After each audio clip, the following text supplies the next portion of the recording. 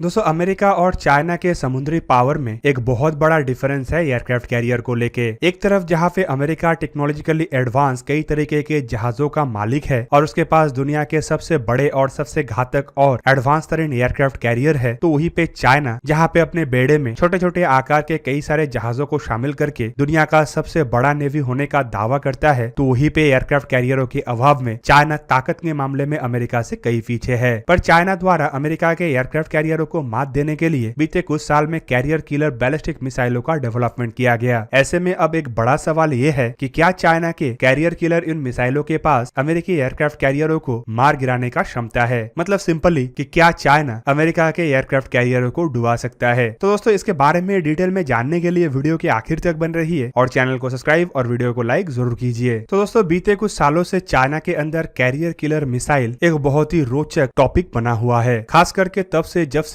America के द्वारा China के विस्तारवादी नीति को काउंटर करने के लिए इंडो पैसिफिक के गठन का बात कहा गया और अपने एयरक्राफ्ट कैरियरों का डिप्लॉयमेंट किया गया। और दोस्तों अमेरिका के डिप्लॉयमेंट को काउंटर करने के लिए चाइना की तरफ से DF-26 या फिर बोले तो DF-21D के नाम से एक एंटी शिप बैलिस्टिक मिसाइल का डेवलपमेंट किया गया। इन मिसाइलों को असल में DF-21 के बेस पे ही बनाया गया है और इसके रेंज को एनहांस करते हुए करीबन 5000 किलोमीटर तक बनाया गया। रिपोर्टों के मुताबिक चाइना का ये जो मिसाइल है इसे ट्रक माउंटेड लॉन्चरों से एटमॉस्फेयर में दागा जाता है, जबकि इसके बाद over the horizon radar, satellite trekking और पॉसिबली अनमैन एरियल व्हीकलों के द्वारा इसे समुद्र के अंदर गाइड किया जाता है। और साथ में इसमें मैन्यूवरेबल वॉरहेड होने की वजह से चाइना का दावा यह है कि बैलिस्टिक मिसाइल होने के बावजूद ये एयरक्राफ्ट कैरियर जैसे बड़े जहाजों को आसानी से निशाना बना सकता है। और तब से ही एयरक्राफ्ट कैरियर किलिंग बैलिस्टिक मिसाइलों का चर्चा शुरू हुआ। इवन ऐसे मिसाइलों के डिप्लॉयमेंट के बारे में 2011 के अगस्त महीने में ताइवान की तरफ से भी एक वार्निंग जारी करते हुए कुछ रिपोर्टों को जारी किया गया था, जिनके मुताबिक छोटे मात्रा में कुछ मिसाइलों को चाइना के द्वारा डिप्लॉय किया गया है। जबकि साउथ चाइना मॉर्निंग पोस्ट के हाल ही के रिपोर्ट में यह भी जानकारी दिया गया है कि DF फैमिली के कुछ मिसाइलों को लास्ट ईयर कुछ टेस्ट के अंदर से गुजारा गया, जबकि इस साल भी ऐसे सीरीज के मिसाइलों का कुछ परीक्षण होगा। पर दोस्तों यहाँ पे सबसे बड़ा सवाल ये है कि इन मिसाइलों का कैपेबिलिटी कितना है, और अगर ये कैपेबल है तो क्या इसके पास इतना क्षमता है कि ये अमेरिका के एयरक्राफ्ट कैरियर या बड़े आकार के जहाजों को डुबा सकता है। तो दोस्तों इसके कैपेबिलिटी को अगर देखा जाए तो बीते कुछ सालों में चाइना की तरफ से जरूर इन मिसाइलों का परीक्षण किया गया, लेकिन अगर करंट रिपोर्टों को भी देखें तो अब तक चाइना की तरफ से कभी भी इन मिसाइलों को ओशन गोइंग टारगेटों के खिलाफ परीक्षण नहीं किया गया। और ना ही चाइना अब तक कभी भी इन मिसाइलों को समुद्र के अंदर तैरने वाले किसी जहाजों को निशाना बना के डुबाने का टेस्ट किया। मतलब कुल मिला के चाइना की तरफ से जिन मिसाइलों को लेके दावा किया जा रहा है उन मिसाइलों के असल कार्य क्षमता का कभी परीक्षण हुआ ही नहीं। और ये भी सही तरीके से नहीं कहा जा सकता है कि कभी अगर चाइना इन मिसाइलों को रियल टारगेट के खिलाफ इस्तेमाल करता है तो कितना प्रतिशत चाइना के पास संभावनाएं हैं कि वो टारगेट को निशाना बना सके। पर अगर रिपोर्टों को देखें तो चाइना के द्वारा सफिशिएंट इंस्टॉलेशनों को बनाया गया है जिनके द्वारा चाइना इन मिसाइलों को समुद्र के अंदर गाइड कर सकता है। पर दोस्तों गाइड करना और सिमुलेशन में टेस्ट करना काफी अंतर है, और रियल टाइम कभी भी इन गाइडेंस को या मिसाइलों के परफॉर्मेंस को कभी परखा नहीं गया है, तो इसका एंड रिजल्ट क्या होगा ये भी फिलहाल कहना गलत होगा। दूसरी तरफ हाल ही के कुछ रिपोर्टों में यह भी खुलासा किया गया है कि चाइना की तरफ से मिसाइलों के परफॉर्मेंस को परफेक्ट करने के लिए कई तरीकों के अलग अलग प्रयास चलाया जा रहा है, और दूसरी तरफ अमेरिका भी अपने प्रिपरेशन में इन मिसाइलों को ध्यान में रखते हुए ही आगे बढ़ रहा है। मतलब अमेरिका के द्वारा अभी से ये मान लिया गया है कि अगर भविष्य में कोई लड़ाई चाइना के साथ होगा तो चाइना लड़ाई के दरमियान इन मिसाइलों का इस्तेमाल कर सकता है, और इस वजह से अमेरिका की तरफ से मिसाइलों को काउंटर करने के लिए अपना खुद का तैयारी भी रखा जा रहा है। तो दोस्तों खाली एक तरफ चाइना के मिसाइलों के परफेक्ट होने पर ही इसका सक्सेस डिपेंड नहीं करेगा, बल्कि दूसरी तरफ अमेरिका इसके खिलाफ क्या तैयारी कर रहा है और इसे कैसे अमेरिका काउंटर कर सकेगा उसे भी देखना आवश्यक है। दोस्तों इन मिसाइलों की सफलता इवन उसके ऊपर भी डिपेंड करता है कि कितना हद तक ये मिसाइल अमेरिका के एंटी मिसाइल सिस्टम या अमेरिका के जहाजों को प्रोटेक्ट करने के सिस्टमों को भेज सके। तो दोस्तों अमेरिका के बैलिस्टिक मिसाइल डिफेंस सिस्टमों के बारे में तो आप सुने ही होंगे, जिसे एजेस डिफेंस भी कहा जाता है। दोस्तों एजेस मिसाइलों को अमेरिका के द्वारा अपने कई तरीके के बड़े जहाजों में डिप्लॉय किया गया, जिनमें आर्ली बर्ग क्लास के बड़े आकार के डिस्ट्रॉयर तक शामिल है। और इवन आप लोगों को यह भी पता होगा कि अमेरिका के एयरक्राफ्ट कैरियर कभी भी अकेला ऑपरेट नहीं होता है, और पूरा का पूरा कैरियर स्ट्राइक ग्रुप के साथ ही ऑपरेट होता है। और एक कैरियर स्ट्राइक ग्रुप में एयरक्राफ्ट कैरियर के अलावा डिस्ट्रॉयर, सबमरीन और कई तरीके के अन्य जहाजों के साथ साथ कई तरीके के अन्य इक्विपमेंट भी शामिल होता है। और कैरियर स्ट्राइक ग्रुप में जो अर्ली बर्ग क्लास के जहाज है इनके पास एजेस मिसाइलों के कैपेबिलिटी भी है जो एक तरीके के एंटी बैलिस्टिक मिसाइल है। दोस्तों इससे एटलीस्ट आप लोगों को ये अंदाजा हो गया होगा कि कैरियर स्ट्राइक ग्रुपों को ऐसे ही एंटी बैलिस्टिक मिसाइलों से प्रोटेक्ट करने के लिए अमेरिका का क्या तैयारी है। जबकि अमेरिका के तरफ से SM-3 नामक एक नए एंटी बैलिस्टिक मिसाइलों का भी डेवलपमेंट किया गया है जो इन एजेस सिस्टमों के साथ ही ऑपरेट होता है। दोस्तों अर्ली बर्ग क्लास के जहाजों में टोटल 2 तरीके के एंटी एयर वॉरफेयर मिसाइलों का इस्तेमाल किया जाता है जिनमें रीम 174 स्टैंडर्ड मिसाइल या फिर स्टैंडर्ड मिसाइल 6 का इस्तेमाल किया जाता है जो बेसिकली 240 किलोमीटर रेंज वाला एक ऐसा मिसाइल है जो हर तरीके के हवाई खतरे को न्यूट्रलाइज कर सकता है, जिनमें हेलीकॉप्टर से शुरू करके unmanned aerial vehicle, fighter aircraft से शुरू करके एंटी शिप क्रूज मिसाइल और बैलिस्टिक मिसाइल तक शामिल है। इसके अलावा जो दूसरा सिस्टम है उसे हम रीम 161 या फिर स्टैंडर्ड मिसाइल 3 SM-3 के नाम से जानते हैं। ये टोटली एंटी बैलिस्टिक मिसाइल के कैटेगरी के अंदर आता है और इसे Aegis ballistic missile defence system में भी गिना जाता है। दोस्तों ये जो मिसाइल है इसका ब्लॉक 1 का रेंज करीब करीब 900 किलोमीटर है जबकि इसका ब्लॉक 2A का रेंज 1200 किलोमीटर तक है। कुल मिला के इन मिसाइलों का असल काम बैलिस्टिक मिसाइलों को ही रोकना है और DF-26 या फिर चाइना का जो एंटी शिप बैलिस्टिक मिसाइल है ये भी बैलिस्टिक मिसाइल के अंदर ही आता है। तो अमेरिका के इन सिस्टमों के पास ऐसे मैनेवरेबल टारगेटों को भी न्यूट्रलाइज करने का क्षमता है। दूसरी तरफ अगर अमेरिका के एयरक्राफ्ट कैरियरों को भी देखा जाए तो उनमें भी कई तरीके के छोटे हथियारों को काउंटर करने का क्षमता है और अमेरिका के निमिट्स क्लास के एयरक्राफ्ट कैरियर में जहां पे एयर डिफेंस के लिए 16 से 24 रीम 7 सी स्पैरो मिसाइल और 3 से 4 क्लोज इन वेपन सिस्टम के साथ साथ रीम 116 रोलिंग एयरफ्रेम मिसाइलों का इस्तेमाल किया जाता है जो एक तरीके से जहाज के तरफ आने वाले हवाई खतरों को न्यूट्रलाइज करने का क्षमता रखता है। एयरक्राफ्ट कैरियर के ऊपर तैनात होने वाले कई तरीके के ऐसे भी एयरक्राफ्ट है जो चाइना के ऐसे मिसाइलों को दूर से डिटेक्ट भी कर सकता है और उसे इलेक्ट्रॉनिक वॉरफेयर के सहारे नाकाम भी कर सकता है। अमेरिका के एयरक्राफ्ट कैरियर के ऊपर E-2D हॉकाई नामक एवेक्स एयरक्राफ्टों का इस्तेमाल किया जाता है जो दूर से ऐसे हवाई हलचलों को देख सकता है जबकि EA-18G ग्राउलर जैसे इलेक्ट्रॉनिक वॉरफेयर सिस्टमों का भी इस्तेमाल होता है जो ऐसे आधुनिक रडार और इलेक्ट्रॉनिक सिस्टमों को जैम करने का कैपेबल है। अमेरिका अपने भविष्य के एयरक्राफ्ट कैरियर मतलब फोर्ड क्लास के एयरक्राफ्ट कैरियरों को भी ऐसे हवाई खतरों से निपटने के लिए तैयार कर रहा है और फोर्ड क्लास के एयरक्राफ्ट कैरियर में सरफेस टू एयर मिसाइल के रूप में रीम 116 मिसाइलों के साथ साथ रीम 162 मिसाइलों का भी इस्तेमाल किया जाएगा जो कि एक तरीके से सुपरसोनिक मिसाइलों को भी रोकने में कारगर है। कुल मिला के अगर देखा जाए तो चाइना के द्वारा अमेरिकी एयरक्राफ्ट कैरियरों को फिलहाल काउंटर करना पॉसिबल नहीं है जबकि दूसरी तरफ चाइना जिस तरीके से एयरक्राफ्ट कैरियरों को बना के अमेरिका के बराबरी करने का सपना देख रहा था वो भी अब एक तरीके से ध्वस्त हो चुका है क्योंकि हाल ही के एक वीडियो में आप लोगों को बताया था कि किस तरीके से चाइना के एयरक्राफ्ट कैरियर में बड़े बड़े दरार दिखना शुरू हो गया है और सिर्फ 2 साल के ऑपरेशन के बाद ही एयरक्राफ्ट कैरियर एक तरीके से नाकाम होने के तरफ कदम बढ़ा रहा है। दोस्तों हाल ही के कुछ सैटेलाइट इमेजों में ये खुलासा किया गया कि किस तरीके से चाइना के एयरक्राफ्ट कैरियर फिलहाल अपने होम पोर्ट में ही बीते कुछ महीनों से पड़ा हुआ है क्योंकि उसके जो डेक है उसके ऊपर एक बहुत बड़ा दरार है और संभावित ये दरार कैरियर के ऊपर हुए कुछ एक्सप्लोजन की वजह से भी हो सकता है या फिर कोई एयरक्राफ्ट के लैंडिंग के दरमियान चाइना के 2 नंबरी माल में ये दरार आ गया होगा। कुल मिला के चाइना के पास ना फिलहाल अमेरिका के एयरक्राफ्ट कैरियर के मुकाबला करने के लिए ढंग का कोई एयरक्राफ्ट कैरियर है और ना ही अमेरिका के कैरियरों को तबाह करने के लिए चाइना जो प्लान बनाया है मतलब एंटी शिप बैलिस्टिक मिसाइल उसे कभी भी कोई लाइव टारगेट के खिलाफ परीक्षण किया गया है। इवन अमेरिका जिस तरीके से अपने आप को अपग्रेड कर रहा है और जिस तरीके से अमेरिका टेक्नोलॉजिकली बीते कई दशकों से अन्य देशों के मामले में सुपीरियर है उससे तो एटलीस्ट अभी से ये अंदाजा लगाया जा सकता है कि अमेरिका चाइना के इन मिसाइलों को काउंटर करने का फिलहाल सक्षम है और आने वाले कुछ सालों तक दोनों देशों के अंदर अगर कोई झड़प होता है तो फिलहाल चाइना का दूर दूर तक कोई भी सक्सेस का कोई चांस नहीं। तो दोस्तों ये था आज का वीडियो। अगर आपको वीडियो अच्छा लगा तो उसे लाइक कीजिए और मेरे चैनल को सब्सक्राइब कीजिए और साथ में बना हुआ बेल आइकन को भी प्रेस कर दीजिए ताकि आप मेरा वीडियो देख पाए सबसे पहले। जय हिंद।